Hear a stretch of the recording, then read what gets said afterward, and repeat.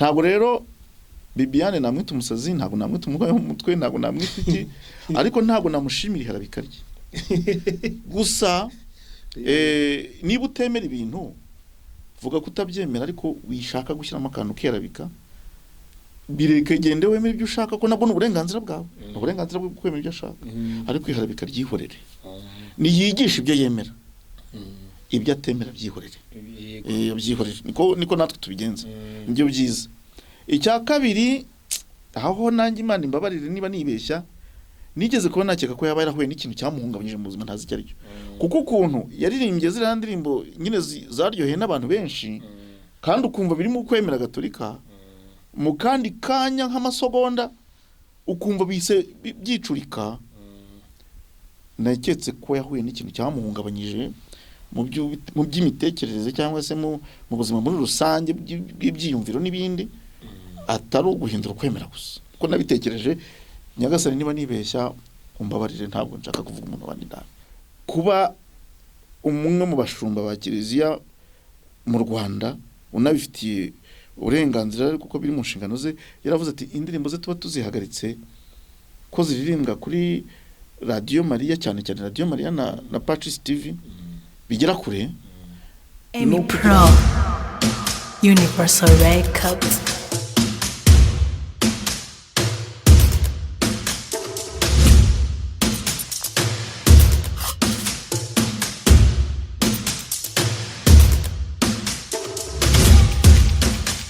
Emmy Pro Universal Records. Hari umuntu umwe muri twebwe mu Kristo Gatolika y'u Rwanda, iri mu Rwanda, y'u Rwanda ntibaho, Kiliziya Gatolika y'u Rwanda ntibaho, mbivuze nk'umuprofani, iri mu Rwanda. Ubwo kandi hari abantu benshi bajya bakora iryo kosa. Uwo muntu ni n'umuhanzi wakoze n'indirimbo zagiye zifasha benshi. Bamwe bari kuvuga ngo yarasaze, abandi bakavuga ngo nyine bivuga ku buryo butandukanye. Yitwa BIBIANE Imana ishimwe. Yarafite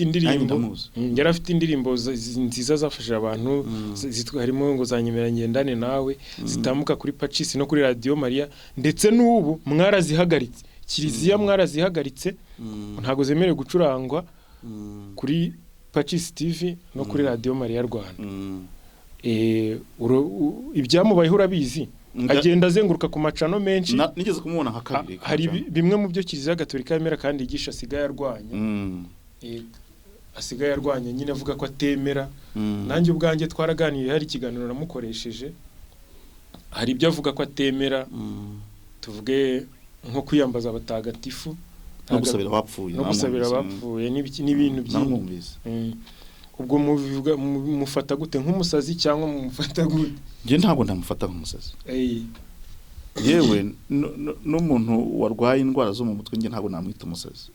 Hari umuntu witwaga Minisitiri Rwabuhihi ugeze kuyobora Minisiteri y'Ubuzima, ku munsi w'abarwayi ajya gusura ibitaro bivura indwara zo mu mutwe, none haza kuvuga ngo ntimuzongere kwita abantu abasazi, ataba bafite ubumuga bwo mu mutwe. Ahubwo umusazi ni umuntu ukora nk'ibyo umuntu w'indwara zo mu mutwe kandi ari muzima. Uwo niwe twikwita umusazi. Umuntu ukora nk'ibyo umuntu urwaye mu mutwe kandi wari muzima, ati abari ne mwita umusazi. Naho umuntu ufite ubumuga ntabwo ari umusazi. Ubwo BIBIANE nawe arwaye mu mutwe. Oya, uretse gato naho sindahagera. Sinamwita umusazi, sinanavuga ko arwaye mu mutwe, sinavuga ko arwaye mu mutwe, ariko sinamushimira uko nabyumvise nuko nabibonye, kuko akantu afite gafitemo ikintu kiharabika. Afitemo ikintu kiharabika kuko iyo utemera ibintu cyane, ibintu bifitanye isano no kwemera, ntabwo ari ngombwa kujya kubiharabika. Nk'ubu reka ngurugero, ibintu by'abasilamu ntabwo mbyemera, nabo babyumva, kuko n'uburenganzira bwanjye bwo kwemera ibyo nshaka kwemera. Nemera ibya Kiliziya, ntabwo nemera iby'abasilamu, ariko sinabaharabika, ndetse n'ibyo bemera ndabibubahira. Anaje akavuga ati ngewe iwacu dusenga gutya, iwacu dukora ibintu gutya, mugende mu bikore gutyo, iki cyose mutabangamiye abandi banyarwanda. Natwe ibyo twaze. Ntabwo rero BIBIANE namwita umusazi, ntabwo namwita umugabo mu mutwe, ntabwo namwita iki, ariko ntabwo namushimira iharabika rye. Gusa niba utemera ibintu vuga kutabyemera, ariko wishaka gushyiramo akantu kerabika, bireke gende wemera ibyo ushaka ko nabwo n'uburenganzira bwawe uburenganzira bwo kwemera ibyo ashaka ariko iharabika ryihorere niyigisha ibyo yemera ibyo atemera byihorere byihorere niko natwe tubigenza nibyo byiza icya kabiri aho nanjye Imana imbabarire niba nibeshya nigeze kuba nakeka ko yaba yarahuye n'ikintu cyamuhungabanyije mu buzima ntazi icyo ari cyo kuko ukuntu yaririmbye ziriya ndirimbo nyine zaryoheye n'abantu benshi kandi ukumva birimo kwemera gatolika mu kandi kanya nk'amasogonda ukumva bise byicurika naketse ko yahuye n'ikintu cyamuhungabanyije mu by'imitekerereze cyangwa se mu buzima muri rusange bw'ibyiyumviro n'ibindi atari uguhindura kwemera gusa kuko nabitekereje Nyagasani niba nibeshya umbabarire ntabwo nshaka kuvuga umuntu wandi nabi icyo nasorezaho nuko kuba umwe mu bashumba ba kiliziya mu Rwanda unabifitiye uburenganzira kuko biri mu nshingano ze yaravuze ati indirimbo ze tuba tuzihagaritse ko ziririmbwa kuri Radio Mariya cyane Radio Mariya na Pacis TV bigera kure no kugira ngo naho zubwazo ntazo kibazo zaba zifite ahubwo abantu batagwa mu rujijo abandi bagitaguza abandi bakiri bagufi mu by'ukwemera baba bagihari tuba dufite abantu bakibatizwa tuba dufite abantu bavuturutse mu madini binja muri kiliziya wenda bataranasobanukirwa na 100% bashobora kuvuga bati yewe BIBIANE hana aririmbye hana arayitutse hagati aho bakagwa mu rujijo byiza nuko bebe bihagaze tukabanza tukarebaho umuntu akomeza kwerekera ejo ashobora no kubikosora akagaruka none sagarutse twakwanga kwaza aho ngaho by'ubugenda byemeye ariko nari ngiye gusoreza kubaza niba mwebwe mutazabyicuza umunsi umwe rero nka kiliziya gatolika ikorera mu Rwanda ko hari ikosa mwakoze rikomeye nyine mwarivuguruje mu byo mujya mutwigisha nk'urugero hari ahantu nigeze nkumva uri mu kiganiro uri kuvuga uti ku ndirimbo yawe yitwa Niyegure Nyagasani ngo ari umuntu ugeze guserereza ngo Mutagatifu yaraje ayikwandikamo ayiguhumekeramo ngo arigendera reba nk'irandirimbo ukuntu ifasha abantu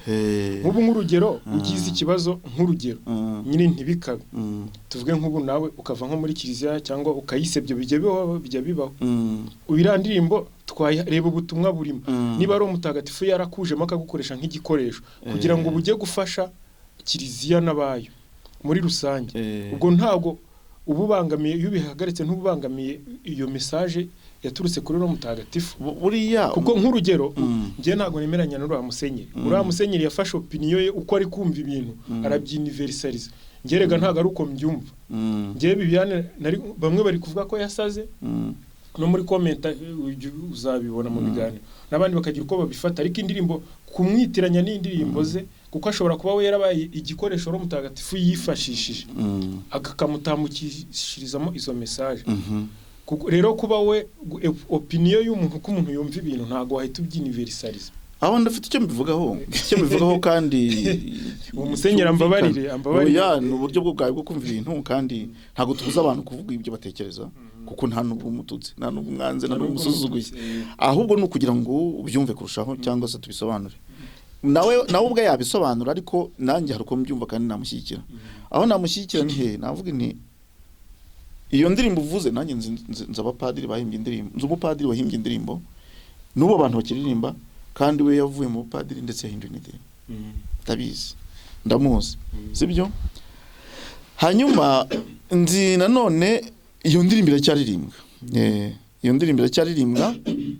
ndirimbo iracyaririmbwa rwose nta kibazo ariko twabitandukanya n'ibyo uriya muvandimwe wacu kuko uri ngira cyane umuvandimwe wanjye ndamukunda ntago nzareka kumukunda ariko nanone sinzabura kuvuga ko ibyo ari gukora banabitanoze impamvu hari yabyihutiwe ko baba bihagaritse aho ngaho nuko izo ndirimbo zisohoka ari nabwo yahise asebanya mani mbore niba gusebanya ntago nzi no gusebanya ahubwo amagambo yavuze wumva yasa nkari gusebanya sibyo byabaye ibintu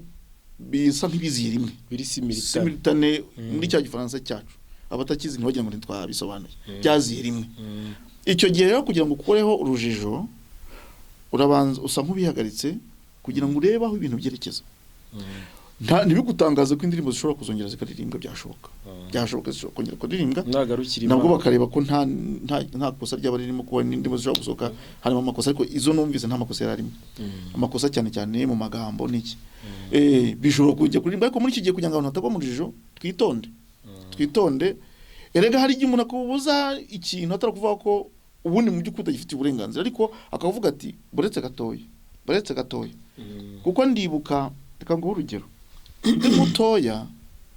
ndi mutoya hari ukuntu iwacu ni ku muhanda twari mu gihe cy'amashyaka abantu benshi bari muri za mitingi zirimo imyitwarire itariyo udusore twose twashiriyeyo nanjye nari agasore kamaze guhama rwose abantu bajagaraye n'iki wanakeka ko banywa n'urumogi n'iki byose nakunda kujya gukina umupira w'amaguru ku kibuga cy'umupira cyabaga haruguru noneho mvuze ngo ngiye gukina mu Zeramwango uyu munsi nagugiye gukina ntabwo ujyayo nzakubwira icyo uzagira heze kubera iki ngewe ndakureberera uyu munsi ntabwo ujyayo uzi impamvu yamaze kuvuga ati ariko abahungu bakinana ntabwo wari muri ya mashyaka bakabanyaniriza umwana ese ubundi najya agasanga mitingi igiye kubera yo nawe ntagendera muri uwo mujyo kandi gukina ubundi navuga ko byari nk'uburenganzira bwagiye ko n'ubundi nahise ngo njya gukina umwana arakina n'ubundi ariko ubu ngubu tunanabiganiraho ko ngira amahirwe agasaza kanjye karacyariho tunabiganira akavuga nkamubwira nti warakoze uzi ko nashobora kugenda nanjye nkahera muri ibyo ngibyo ni ukuvuga ngo umuntu mukuru ufite ubumenyi ufite ubushishozi wize uzi amateka wabonye byinshi ashobora gufata icyo cyemezo mu gihe iki n'iki kugira ngo agire ibyo akumira igihe ibintu bizava mu nzira ibintu bikongera bigasubira ku murongo wabyo erega nta n'uwamenya buriya mukobwa ashobora no guhindukira nabivuze ngo wenda ushobora gusanga n'ihungabana yihuriye naryo agize amahirwe akarisohokamo neza ntawamenya icyemezo yafata nubwo ntabisubiza Padi urakoze ku kiganiro cyiza tugiranye reka dushyireho akitso ntabwo dushyizeho akabago tuzakomeza ubutaha urakoze cyane yego namwe murakoze